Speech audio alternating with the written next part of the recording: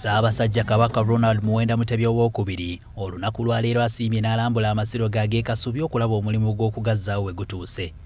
Omutanda ku luno alambuziddwa Katikkiro w'Amasiro g'e Kasubi David Nkalubo ng'ali wamu n'abakugu abali ku mulimu gw'okugazzaawo.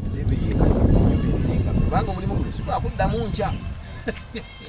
Ebbanga ligututte n'ensimbi ziyinza obutabakola ki obutabaawo. Ssaabasajja tulina tusaba essubi batwongere essubi ennyumba ye.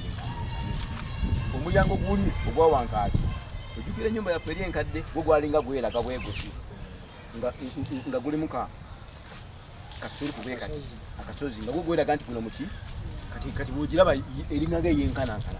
Omutanda ku luno alambuziddwa Katikkiro w'Amasiro g'e Kasubi David Nkalubo ng'ali wamu n'abakugu abali ku mulimu gw'okugazzaawo.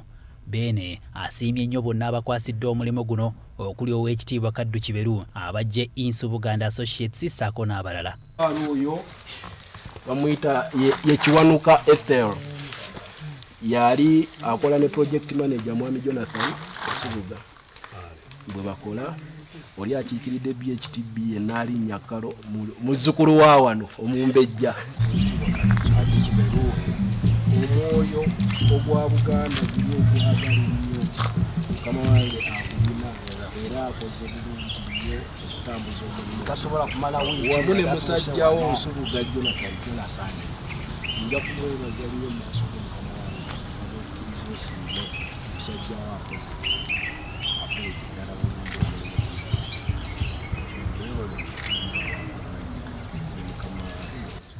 n'omukyalo oyo gwe bagambyeko Ssaabasajja oyo okuva ennyumba lwe yatandika Sembero ayise mu biwonvu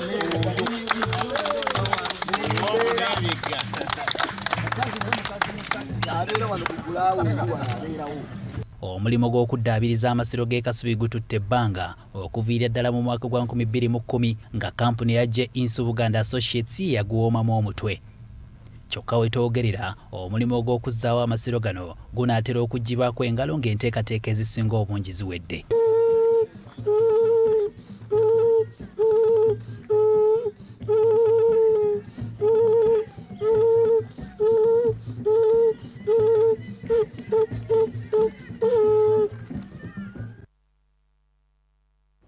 Wangala amaaso moji poliisi ya Uganda evumiridde alipoota n'okulaba